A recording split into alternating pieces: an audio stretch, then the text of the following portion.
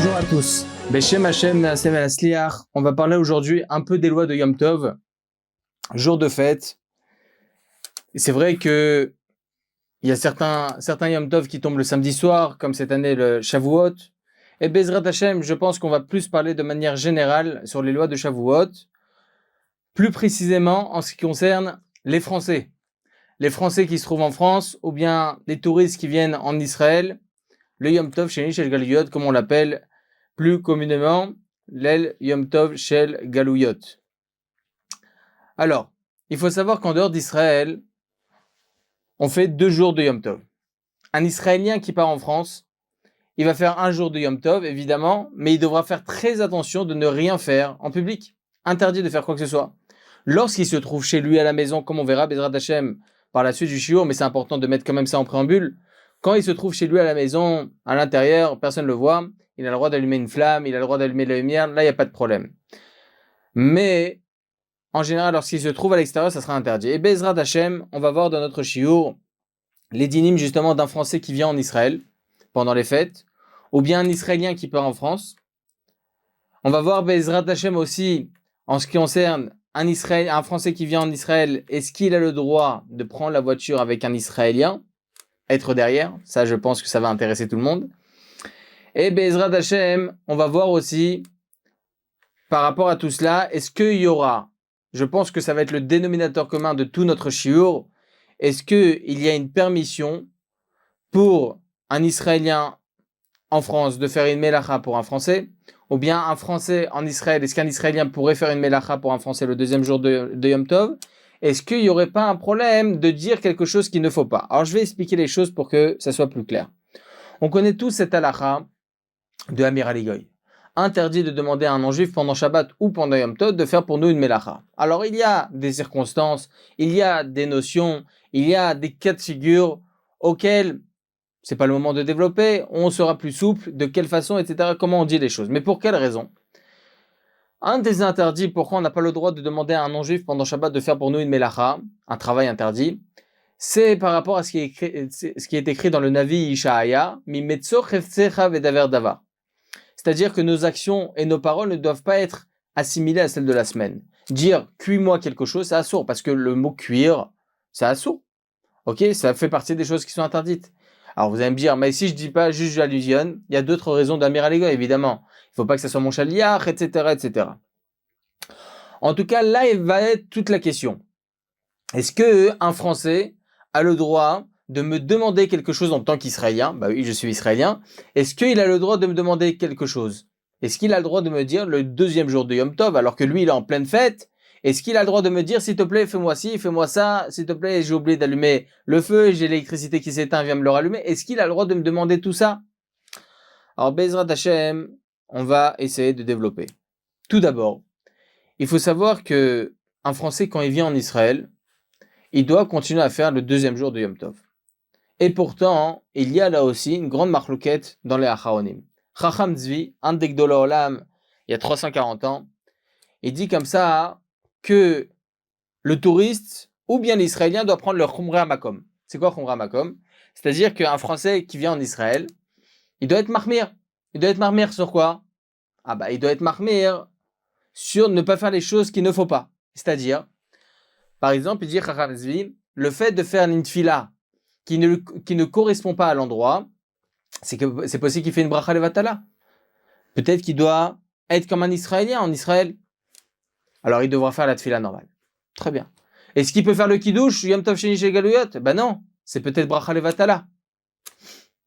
Est-ce qu'il doit mettre les tefillin? Bah oui, parce qu'il doit être mahmir. Donc il faut faire attention. Donc il y a plein de choses comme ça où Chacham Tzvi vient nous apprendre les chaora qu'un Français qui vient en Israël pour les fêtes, il devrait faire un seul jour de Yom Tov. Ah, mais peut-être qu'il devrait pas faire toutes les melachot. Attends, il doit être mahmir. Bah non. Il faut être mahmir de ne pas faire baltosif, de ne pas rajouter des choses qu'il ne faut pas. Par exemple, lorsqu'on a fini Sukkot, Ari Simchat Torah, est-ce que pendant Simchat Torah, on a le droit de rentrer dans la soukha pour manger dans la soukha, tranquille, on est en plein soleil, tabar chez Molahad, on a un petit, en plus on a le scar qui vient nous faire de l'ombre, on a un peu d'air, c'est nickel. Non, c'est assourd, baltosif. On n'a pas le droit de rajouter des choses qu'il ne faut pas. C'est assourd. Donc là aussi, Chacham Tzvi nous dit, dans le Siman Kuf Samer Zayin, que c'est interdit pour ce Français, ce touriste, en venant en Israël, de faire un deuxième jour de Yom Tov. Ça, c'est l'opinion de Chachamzi. La halacha, on ne tient pas du tout comme son opinion. Le Yahabetz, qui était le fils du Chachamzi, dans le Siman 168, il dit, non, ma pitom, un touriste qui vient en Israël, il est obligé de suivre comme ce qu'il était en dehors d'Israël, il doit continuer, il doit faire son deuxième jour de Yom Tov. Le Shut Shoel Moshiv, il y a 160 ans, il rapporte l'opinion du Hafkat Rochel, donc de Maran Abet Yosef, dans le Siman 26, et il dit, ma pitom, un Français qui vient en Israël, un touriste qui vient en Israël, il devra continuer à faire les deux jours de Yom Tov. Il a l'intention de repartir en France, de toute façon, Mazé Méchané. C'est un Français. Il a fait Méot, c'est un touriste. Le Magen Avraham, le Pri Hadash, tous ces poskim, ils pensent que un Français qui vient en Israël, il doit continuer. Il doit faire Yom Tov Sheni chez Galouyot. Il a fait Méot. Maintenant, après avoir développé tout ça, bien, j'aimerais juste rajouter entre parenthèses, il faut savoir que tout ce qu'on vient de dire maintenant, ça c'est pour une personne mariée, etc., qui a son travail en dehors d'Israël, qui a tout ce qu'il faut, et il vient juste en Israël, voilà, pour les vacances, pour les fêtes, et il repart. Mais si c'est un célibataire, par exemple, il vient en séjour à la yeshiva, ou bien une jeune fille qui vient en séminaire, elle sait que dans un an, elle termine, elle repart en France. Est-ce qu'elle fait un jour ou 2 jours? Maran Rabbeinu Ovadia Yosef Zechron Tzedek Vekadosh Livracha, il dit non, elle fait un jour. Pourquoi? Parce que si demain, cette jeune fille-là, on lui présente un jeune homme en Israël, et qu'elle pourrait accepter dans la mesure du possible de rester en Israël pour y habiter, eh bien, elle reste, elle fait qu'un jour, même depuis maintenant. Pourquoi? Même si c'est dans la mesure du possible et c'est peut-être lointain la possibilité de rester en Israël, quand bien même elle va faire qu'un seul jour, on va se tenir sur l'opinion de Chachamzi dans ce cas-là. Mais si la personne, elle dit, ce jeune homme là ou cette jeune fille, elle dit, ma pitam, je resterai pas en Israël, j'ai mon travail en France, etc., etc., si j'ai juste pris un petit séjour de venir en Israël, je resterai pas en Israël. Là, dans ce cas-là, il n'a rien à mis, il devra faire 2 jours de Yom Tov. Tov, fermons la parenthèse. Maintenant, la question, comme on l'a dit en préambule, est de savoir, est-ce qu'un touriste qui est en Israël a le droit de demander à un Israélien, le deuxième jour de fête pour lui, et pour nous, c'est déjà la semaine, ok, on peut faire tout ce qu'on veut. Est-ce qu'il a le droit de lui demander de faire pour lui une melacha? Encore une fois, y aurait-il pas un problème de mimetzor efsecha vetaver davar? Est-ce qu'il y aurait peut-être pas un problème de dire des choses qu'il ne faut pas? On va voir qu'il y aura peut-être d'autres problématiques qui vont s'y ajouter. De même, le contraire, est-ce qu'un Israélien qui se trouve en France pour les fêtes, est-ce qu'il aurait le droit de faire un travail pour un Français si le Français lui demande? Alors le Shulchan Arour rapporte comme ça dans le Siman 263 à l'Achat 17, tout à la fin donc du Shulchan Arour Siman 263, il rapporte là-bas quelque chose d'intéressant. Aucun rapport avec le sujet. Yesh Omrim, c'est l'opinion du Rajba. Shemi shikibel Shabbat mi be'odjom, veniskar shelo chiba, o shelo idlik, ou bien Maran Aravadia il rajoute, il n'a pas éteint le chauffe-eau par exemple, ou bien il n'a pas allumé la plata de Shabbat. Muta levakesh mechavero, ou muta leenot, comme ça il dit le Rama. C'est-à-dire que s'il y a quelqu'un qui a pris sur lui Shabbat, il est 20 minutes, une demi-heure, 3/4 d'heure, pas 3 quarts, bon, on va dire 3/4 d'heure avant l'entrée, avant l'allumage, l'heure de l'allumage, on va dire avant la Shkiat Hachama, avant le coucher du soleil, il n'a pas le droit de prendre trop tôt non plus. Il peut prendre le Shabbat qu'à partir du Plagamintra, pas trop avant, c'est assaut, on peut pas. Et là, il prend Shabbat donc à partir du Plagamintra. Il a fait mode, il prend son Shabbat, il est nickel, il est parti s'habiller, il est propre, nickel, il revote Shabbat Kodesh. Et là, il se rend compte, j'ai oublié d'allumer la lumière. J'ai oublié d'allumer la plata. Ça y est, il a pris sur lui Shabbat. Est-ce qu'il a le droit de demander à sa femme, à ses enfants, aux membres de sa famille, à son voisin, s'il te plaît, viens m'allumer la plata? Est-ce qu'il aurait le droit de faire ça ou pas? Il dit, Maran la Shulchan Arour selon le Rajba, que c'est permis. Et effectivement, on a une Gemara dans le traité Shabbat 151a. Amar Rabbi Yehuda Amar Shmuel. Shmor li peroti, veishmor perotra. Une personne, par exemple, je vais vous faire un petit préambule. Je sais qu'il y a beaucoup de sujets qui s'ajoutent, mais c'est pas grave. Je vais vous faire un préambule simple. Si maintenant, il faut savoir que pendant Shabbat, on a le droit de marcher, sans problème, on a le droit de marcher. Mais si on sort de la ville, on a un maximum, on peut plus marcher trop. On a ce qu'on appelle dans la halakha 960 mètres. À partir du moment où on sort de la ville, à partir des dernières habitations, on a le droit de marcher 960 mètres. Après 960 mètres, c'est interdit. Ça s'appelle Troum Shabbat. Après 960 mètres, c'est terminé. Alpaï Mama.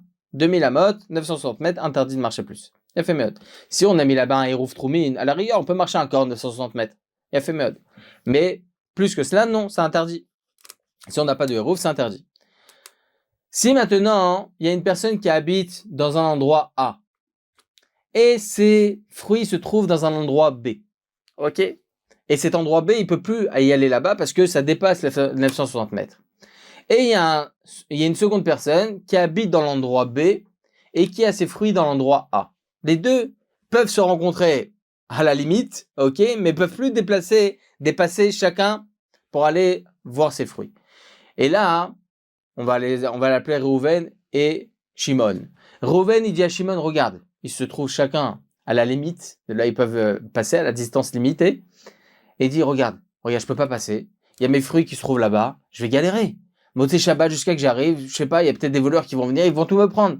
S'il te plaît, garde-moi tes fruits, et regarde, toi, tes fruits, je sais qu'ils sont là-bas, dans mon endroit, là, moi je peux y aller, moi je te garde les tiens. On fait comme ça, Yalla, Bechavot, Habibi, on kiffe, il a fait mieux. Ça, on a le droit. Comment on a le droit de dire ça? Pourquoi on aurait le droit de dire ça? Arrête, lui, il n'a pas le droit de dépasser ces 960 mètres. Par extension, lui demander de faire une telle chose, certes, c'est pas une mélacha. Mais le fait que la seule façon à laquelle il pourrait le faire lui-même, Reuven, ou bien Shimon, lui, de son côté, ça serait de dépasser ce troum. Donc, par extension, ça serait considéré comme demander quelque chose qui est interdit. La Gemara de nous dire non, c'est permis. Pour quelle raison? Tosfot et Rashba, ils expliquent Comme ça, elle explique la Gemara, qui est chef Sherut la Sot à des Bourganim. Est-ce qu'il y aurait une possibilité, lointaine certes, mais de dépasser ce troum pendant Shabbat? Oui. Si la veille de Shabbat, j'ai mis un Hérouv, ou bien si j'ai mis des Bourganim, c'est-à-dire que j'ai mis une habitation temporaire. Donc j'aurais le droit théoriquement de dépasser ces 960 mètres d'une certaine façon. Donc j'ai le droit de le dire. Par exemple, j'ai le droit de dire, Motzei Shabbat, je vais à Tel Aviv. Pas je voyage à Tel Aviv. Voyager, c'est en voiture. Je vais à Tel Aviv. Pourtant, j'habite à Jérusalem, j'ai pas le droit de dépasser. Non, il y a une possibilité de dépasser si théoriquement, chaque 960 mètres sur l'autoroute, eh bien, je mets des bourganim. C'est possible. Donc, comme ça, nous explique la Gemara. Selon cela, Tosafot et Rashba, ils viennent nous expliquer. De la même façon, on a le droit de demander à son ami de garder nos fruits parce qu'il y aurait une possibilité théorique de dépasser ce troum d'une certaine façon. Eh bien, la même chose, un Français aurait le droit de demander à un Israélien en Israël, fais-moi telle et telle chose. Pour quelle raison? Le Rashba explique, Amiral et Israël le Shaman. On n'a jamais entendu on a un interdit de demander à un juif. Pour ce juif-là, israélien, il n'y a aucun interdit de faire telle et telle mélacha, d'allumer les lumières, d'allumer le feu, il n'y a aucun interdit. Donc, j'aurais le droit de lui demander de faire ça. Pour quelle raison? Parce que moi, en tant que Français, j'aurais eu la possibilité, si j'aurais souhaité, ok, de venir en Israël, de faire tout de suite mon alia. Allez, khalas, j'arrête tout, je viens. Et à la rigueur, je serais devenu israélien. Donc, le Rashba, il vient nous expliquer que, étant donné qu'il n'y a pas d'interdit de Amiral Israël, et j'aurais eu la possibilité, théoriquement, de faire cette mélacha si j'avais été israélien, par extension, j'ai le droit de demander à l'israélien de me faire telle et telle mélacha.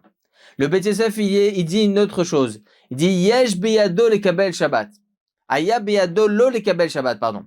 Par rapport aux Français ou Israéliens, on a parlé maintenant, mais aussi par rapport au Shabbat. On a dit au préalable, si une personne elle a oublié d'allumer l'électricité, ou bien elle a oublié d'allumer sa plata de Shabbat et elle a déjà pris Shabbat, est-ce qu'elle a le droit de demander à son ami ou à sa famille qui n'ont pas encore pris Shabbat? Oui. Le Rashba répond Amiral Israël le Shamanou. On n'a jamais entendu l'interdit de Amiral Israël, l'interdit de demander à un juif. Mais le Beit Yosef, il explique autrement. Il dit Aya beyado lo lekabel Shabbat. Il avait la possibilité de ne pas prendre sur lui Shabbat. Il a fait méod. Pour ces deux raisons, il a le droit de demander à son ami d'allumer la plata, d'allumer le feu, etc. veille de Shabbat. Il y a une nafkamina. Il y a une distinction halachique selon les deux explications. Un Sfarad, ok, qui voudrait demander à un Ashkenaz, ok, par exemple, mets-moi sur la plata un aliment liquide qui n'a pas totalement refroidi. Il faut savoir qu'il y a une marloquette entre le Shulchan Aruch et le Rama. Selon le Rama, c'est permis de remettre un plat liquide qui a déjà cuit à 100% évidemment veille de Shabbat, de le remettre sur la plata s'il n'est pas refroidi à 100%. Pour nous, les Sfaradim, ça sort. À partir du moment où ça descend de température moins de 45 degrés à peu près, moins de Yatzol et d'Edbo, interdit, on ne peut plus remettre sur la plata. Un Ashkenaz, c'est permis. Est-ce qu'un séfarade, il aurait le droit de demander à un Ashkenaz, s'il te plaît, mets-moi ça sur la plata ou pas? Selon l'explication du Beis Yosef, non, c'est assourd. Parce que qu'on le veuille ou non, un séfarade, il peut pas devenir Ashkenaz. Aya Beyado, non. Il aurait pas eu la possibilité, si j'avais voulu, je serais devenu Ashkenaz. Mapitom. Un Sfarad, il est obligé d'être Sfarad. Un Ashkenaz, il est obligé d'être Ashkenaz. Il peut pas faire un zigzag. Ça n'existe pas. C'est assourd. C'est assourd. Alors que selon le Rashba, qui lui dit Amiral Israël au chaman, ou l'interdit d'Amiral Israël, on ne l'a pas entendu.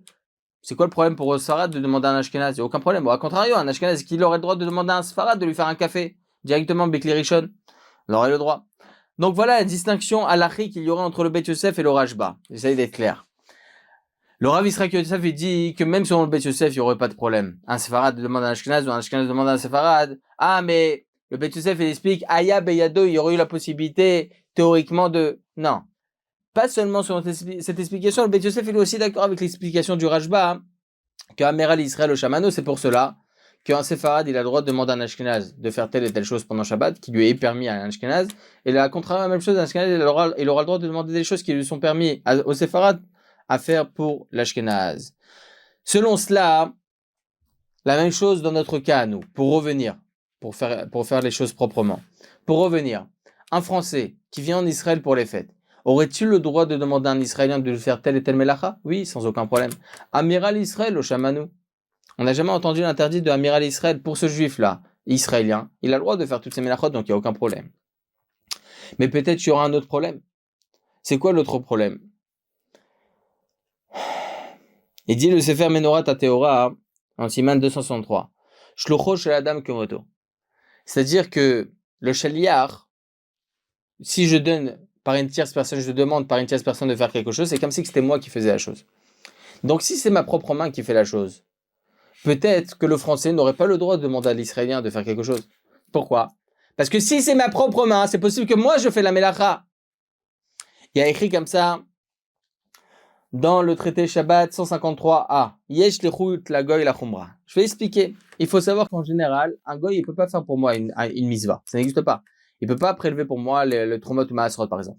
Il peut pas prélever pour moi le pourcentage qu'il faut prélever des fruits, des légumes, etc. Non, il peut pas. Il peut pas. Par contre, pour tout ce qui est chumra, yesh lechut la goy la chumra. Comme ça, il dit Rashi dans le traité Baba Metzia 90a. Comme ça, il dit Rashi aussi dans le traité Shabbat 153a. Yesh lechut la goy la chumra. C'est-à-dire qu'on pourrait considérer l'action faite par un non-juif comme étant effectivement mon intermédiaire. On pourrait considérer ce travail-là fait. Et donc, on apprend de là qu'il est aussi interdit de demander à un goy pendant Shabbat de faire pour moi une melacha. Pourquoi? Une des raisons, c'est aussi cela. On a rapporté une première raison tout à l'heure. Une des raisons, c'est aussi cela. C'est possible que c'est ma propre main qui fait cette melacha. Shlocho shel Adam kemoto. Yad darir tave. C'est comme si c'était ma propre main. Une main bien grande, ok, mais c'est comme si c'était moi. Selon cela, le Menorah Tateora, il dit, pourquoi aurais-je le droit de demander à un Israélien de faire pour moi une melacha? Ou bien si j'ai pris sur moi veille de Shabbat, de faire quelque chose. Pourquoi j'aurais le droit j'ai pris sur moi le Shabbat. Pourquoi aurais-je le droit de demander à quelqu'un, un membre de ma famille, de faire une melacha pour moi? C'est possible que c'est moi qui ai fait cette melacha. À partir du moment où j'ai pris Shabbat, toutes les melachot sont mises à disposition de la personne. C'est terminé. Il peut plus rien faire.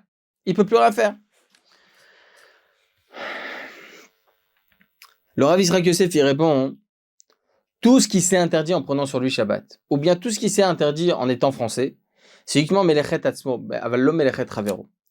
Il s'est interdit pour lui, mais il l'a pas interdit à l'autre.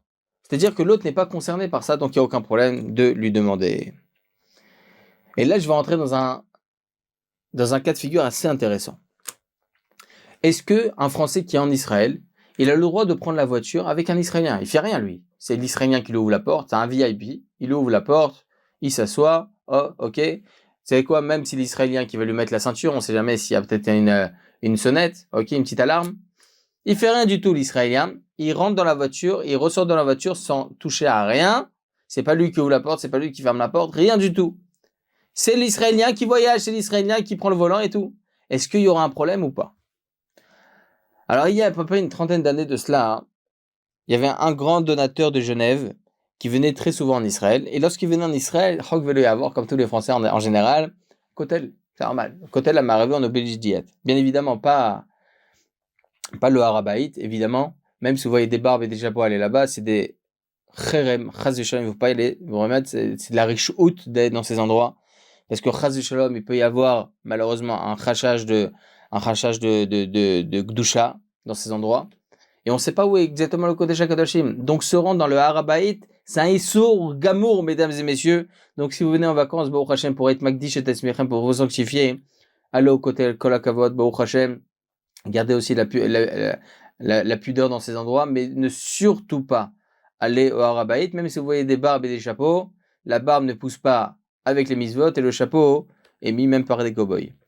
Ok, je ne peux pas être, on ne peut plus clair. Mode. Donc il y a une trentaine d'années, un grand donateur de Genève venait très souvent en Israël et lui il voulait aller au Kotel. Kotel à Maravi, Baruch Hashem, pour prier à Kadosh Baruch Hu. Et là, il se retrouve pendant la deuxième fête, il devait repartir de suite après la fête. Il va voir Maran Rabbeinu Ovadia Yosef Zechron avec il y a une trentaine d'années. J'ai dit, Vodarav, s'il vous plaît, est-ce que j'ai le droit? Voilà, j'ai quelqu'un qui peut me prendre au Kotel en voiture. Est-ce que j'ai le droit d'y aller? Deuxième jour de fête. Pour moi, je suis obligé de faire ce second jour de fête. Est-ce que j'ai le droit ou pas? Alors, Ovadia Yosef, à l'époque, il est très, très dubitatif sur le sujet. Il tendait plus pour être marmire. Mais il avait autorisé vraiment bechadre chadarim comme ça en toute voilà intimité, il a autorisé à ce donateur de se rendre au Kotel. Mais plus tard, dans son Yabia Omer volume 9, Maran Rabbeinu Ovadia Yosef, il autorise, il permet à ce qu'un Français qui vient en Israël, qu'un Israélien a le droit de le prendre en voiture. Bien évidemment, je répète tout le temps cela, même si le Rav Yitzhak Yosef n'en a pas parlé, parce qu'il a plus parlé au niveau halachique. Tout ce qu'on autorise ce genre de choses, il faut pas non plus commencer à oublier complètement son Yom Tov. Chas Shalom. Yom Tov, il est là pour Yom Tov. C'est-à-dire que pour un Français, c'est encore Yom Tov, il doit tout faire pour que ça reste encore, il reste dans l'ambiance de Yom Tov. Si maintenant il doit se rendre chez quelqu'un pour aller manger, ou bien il doit se rendre au Kotel, ou bien il doit se rendre à la Tfila, l'homme est chané. Ce genre de circonstances, pas pour Chas Shalom, ni aller à la piscine, ni aller à la mer, évidemment. Ce genre de choses, il faut grandement éviter pendant Yom Tov, que ce soit le premier jour ou le deuxième jour de fête, ça c'est évident. Il veut faire des choses voilà, qui rentrent encore dans le contexte de Yom Tov. Maran Rabbeinu Ovadia Yosef, il autorise. Il a fait mode. Maintenant, un Israélien qui est en Israël, qui est en France, pardon. Est-ce qu'il a le droit de faire une melacha pour un Français? Alors, il faut savoir, je vais vous raconter une histoire comme ça avec Shimon Peretz. Shimon Peretz, qui était le président d'Israël il y a pas mal d'années, ok, il est niftar évidemment depuis pas mal de temps. Et Shimon Peretz, il est parti voir Maran Arav Yitzhak Yosef Shlita pour lui poser une question. Kvod Arav, il y a un grand roi qui m'attend, je me rappelle plus, c'est d'Espagne, du Maroc. Bon, il m'attend.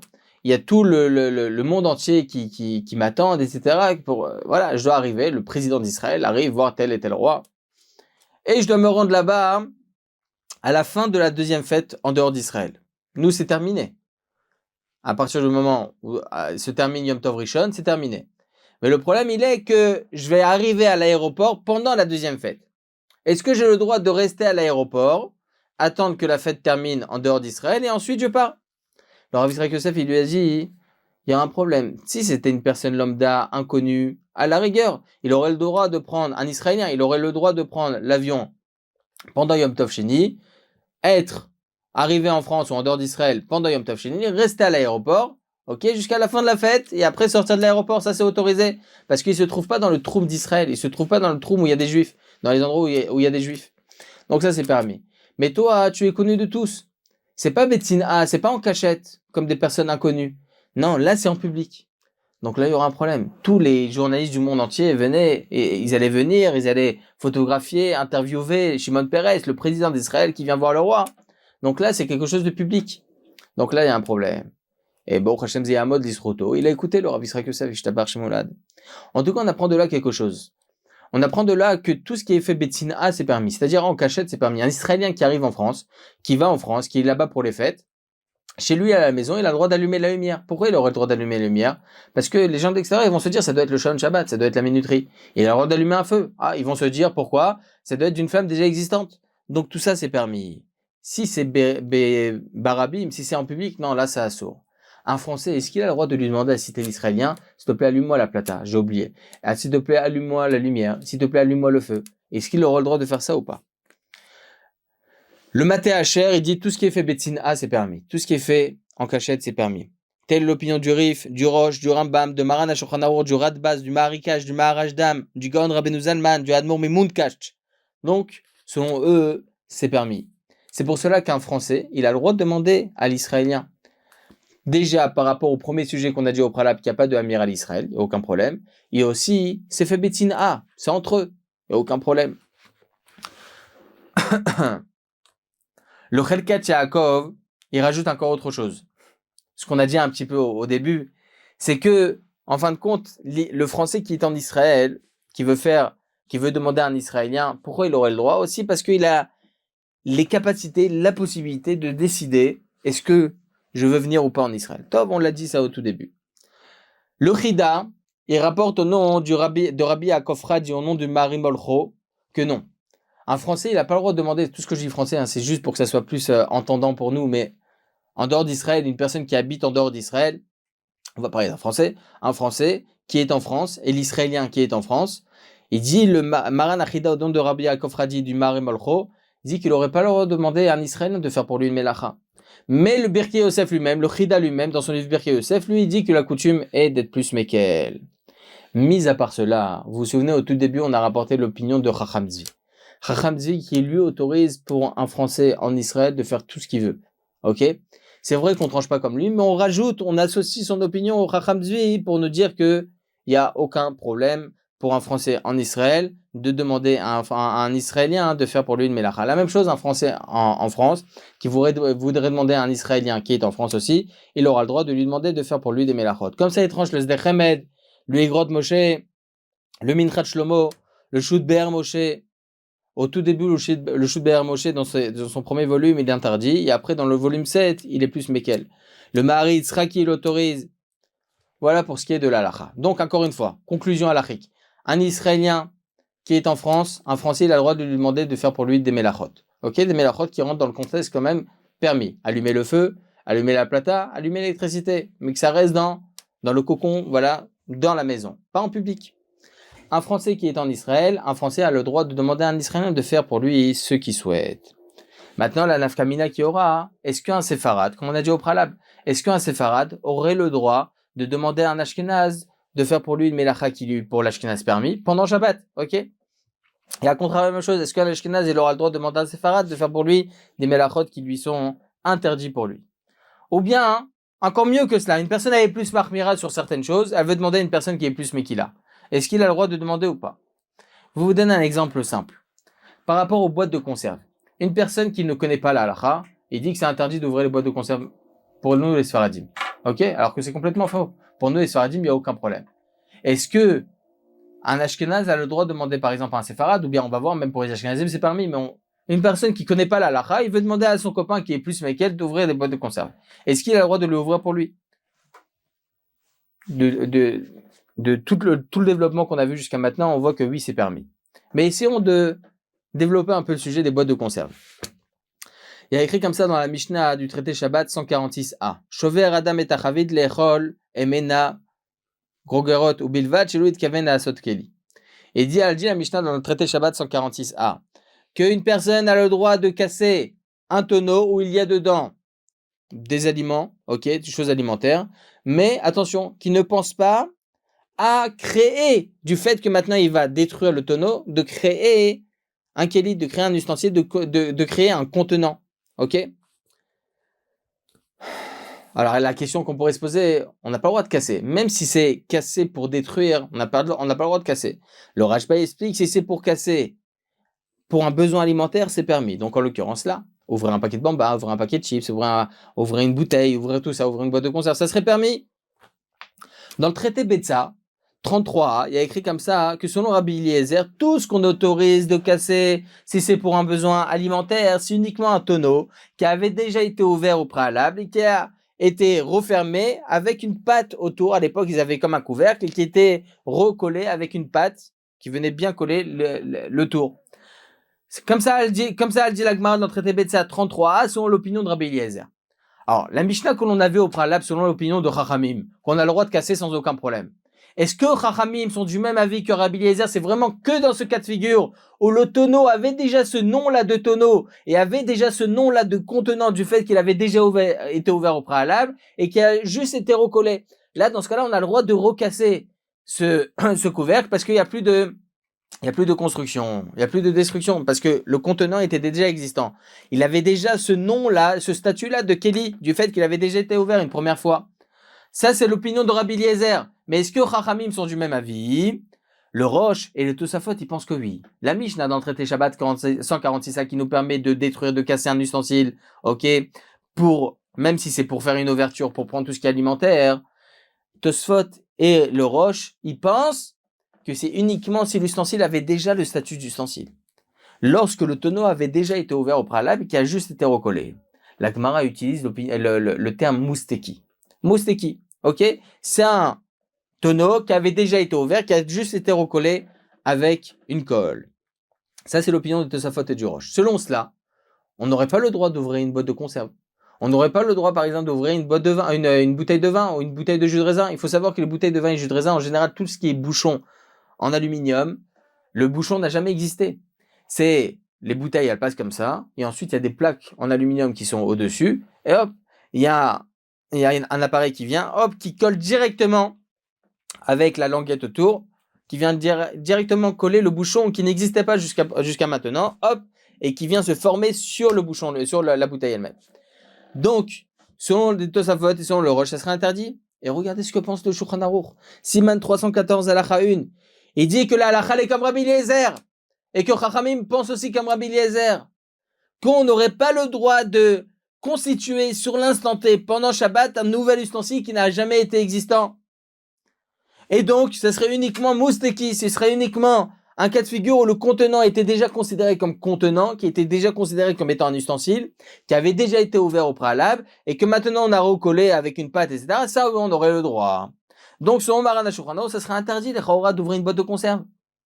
Ça serait interdit de boire, d'ouvrir une bouteille de jus de raisin, ou de vin, ou une bouteille de coca, même s'il faut. Le Tehillah et David, le Or Letzion, Chacham Shalom HaKohen, Shalita, il a écrit une réponse dans le Yerichon Bet Hillel. Là-bas, il tranche comme ça aussi qu'effectivement, ça sera assourd. Le Chazon Ish, ils suivent tout cela que je viens de dire maintenant. Ils suivent l'opinion du Chazon Ish, que selon Maran HaShulchan, ça assourd. Le problème, c'est que la majorité des Rishonim ne pensent pas comme ça. Maran HaBet Yosef, dans Siman 314, et le Shulchan Aruch, ils rapportent l'opinion de deux Rishonim, le Roche et le Tosafot. Alors qu'on a le Ravaya, le Or Zarua, le Ran. Ils disent, ma pitom, Chachamim, ils sont pas du même avis du tout que Rabbi Eliezer. C'est autorisé de casser un ustensile, c'est pour un besoin alimentaire sans aucun problème. Même si ça va créer sur l'instant T un nouvel ustensile. Tant que j'ai pas la cavale de créer un ustensile, aucun problème. Ça, c'est l'opinion du Ravaya, du Or Zarua, du Ran. Qui pense comme ça? Le Rif et le Rambam. Deux des trois piliers de la halakha. Lorsqu'on a deux des trois piliers de la halakha, dans tous les cas, on suit le Rif et le Rambam. Comment ça se fait que Maran HaShulchan Aruch, il a tranché comme le Roche et le Tosafot? Le Or HaChaim HaKadosh, il s'insurge aussi sur l'opinion du Shulchan Aruch. Comment il a pu trancher comme ça la halakha? Le Korban Netanel aussi. Rabbi Yitzhak Tayeb, un des grands apanim de Tunis, de Djerba, lui aussi, il se pose la question, comment ça se fait que Maran HaShulchan Aruch, il a tranché comme ça la halakha? Mis à part tous ces poskim que je viens de vous rapporter, Rabbi Chaim Faladi, il y a à peu près 200 ans, il dit comme ça que toute la différence qu'il y a entre mousteki et pas mousteki, comme j'ai dit maintenant, c'est uniquement lorsque l'ustensile, on va le réutiliser. Mais si c'est un ustensile qu'on va jamais réutiliser, même selon Maran HaShulchan, ça serait permis. Aucun problème. Parce que c'est un ustensile qui n'est pas jetable, qui est jetable, qui n'est pas, voilà, qui est branlant, qui est quelque chose qu'on va jeter. Donc, il n'y a aucun problème. Comme ça explique Rabbi Chaim Faladi, même selon l'opinion du Shulchan Aruch. Le Shoot Aven Israël, il tranche comme Rabbi Chaim Faladi. Bien qu'il n'a pas vu le Shoot Aven Israël, c'est Rabbi Israël Fisher, un des Gdolor Olam, qui était aussi la Chavruta de Maran Rabbeinu Ovadia Yosef, et qui était devenu grand rabbin de Badat Saïda Haredit. Lui aussi, il a tranché comme Rabbi Chaim Faladi sans le savoir. Que s'il s'agit d'un ustensile qui ne va pas être réutilisé, il n'y a aucun problème de l'ouvrir. Donc, selon tous ces poskim, on a le droit d'ouvrir une boîte de conserve, des bouteilles de coca, des bouteilles de jus d'orange, des bouteilles de vin, des bouteilles de jus de raisin, des boîtes de conserve. On aurait le droit de tout ouvrir sans aucun problème. Qu'est-ce qui tranche comme ça, la halakha? Le shoot chez Elat Sion, le Shmirat Shabbat Kelecheta, le Minchat Shlomo, volume 2, de Rav Shlomo Zalman Auerbach, le Chelkat Yaakov, Rabbi Salman, David Sasson, le Tiferet Banim, au nom du Rav Schlesinger, Rabbi Yaakov Polak, le Shoot Travalim Baneimim, Rabbi Eliyahu Mani dans son Shoot Maaseh Eliyahu, le Be'er Maim Chaim, le Rav Yitzhak Weiss dans son Shoot Minchat Yitzhak, le Shemesh Umagin du Rav Messas, le Be'er Moshe. Tous ces poskim autorisent. Chacham Ben Zion Abba Shaul, il a raconté sur lui que lorsqu'on lui disait que Vodarav, nous on va ouvrir la bouteille de vin. Non, c'est moi qui ouvre la bouteille de vin Shabbat, aucun problème. Rabbi Chaim Kanes, qui dit lui il n'est pas d'accord. Lui il dit que Birkla, le boîte de conserve c'est Mouxé. Parce qu'ici l'opinion du Chazonish. Mais s'il savait tous les poskim qu'on vient de rapporter, il n'aurait pas tranché comme ça peut-être. Ok. Mais en tout cas, vraiment, ceux qui pensent que c'est assourd, c'est vraiment une minorité. La plupart des Rishonim, la plupart des Acharonim, même Ashkenaz et Sepharad, autorisent d'ouvrir les boîtes de conserve pendant Shabbat. Le Shoot Aznit Bero, lui, il est marmir aussi. Il faut savoir que selon la Hacha, il n'y a aucun problème d'ouvrir les boîtes de conserve pendant Shabbat, même normalement. Ok, on a le droit d'ouvrir les bouteilles, on a le droit d'ouvrir les bouteilles de vin, on a le droit d'ouvrir ce que l'on souhaite pendant Shabbat sans aucun problème. C'est pour ça qu'un Sepharad, ok, il a le droit de faire ça pour un Ashkenaz si l'Ashkenaz est le plus marmir. Baruch Adonai Le'olam, Amen ve'Amen.